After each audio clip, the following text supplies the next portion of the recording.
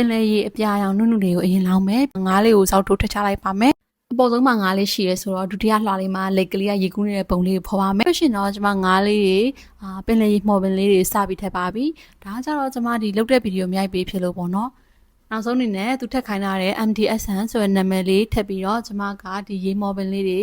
တစ်ပင်လေးတွေနဲ့ကျွန်မလောင်းလိုက်ပါတယ်။ဒါကျွန်မ special ရှာထားတဲ့ roster ပေါ့နော်။အားလေးကိုကျွန်မထည့်လိုက်တယ်။ကြောင်းပြန်ထည့်ပြီးတော့မှအပေါ်နိုင်2နိုင်လောက်ကြာလို့ရှိရင်အောက်ကဟာလေးနည်းနည်းလေးခဲလာပြီဆိုတော့ညမှာပေါ့နော်။အကောင်လုံးကို reason ဖုံးအောင်အရင်လောင်းလိုက်ပါမယ်။ဒါလေးအဲ့လို6သွားပြီဆိုတော့အချိန်ညမှာကျွန်မကဒီအပေါ်ကနေပြီးတော့ကြောက်စစ်က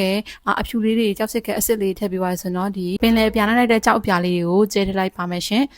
နောက်ဆုံးစနစ်နဲ့ကတော့တဲဖြူလေးတွေကိုအနှံ့ပြည့်သွားအောင်ထည့်လိုက်မယ်အဲ့တဲဖြူလေးကိုနည်းနည်းလေးတည်ငြိမ်သွားအောင် reason နဲ့နောက်ဆုံးတစ်ထပ်အနေနဲ့အုပ်လိုက်ပါတယ်ရှင်ဒါလေးကတော့ကျွန်မရဲ့အချောသက်လေးပြီးပါပြီ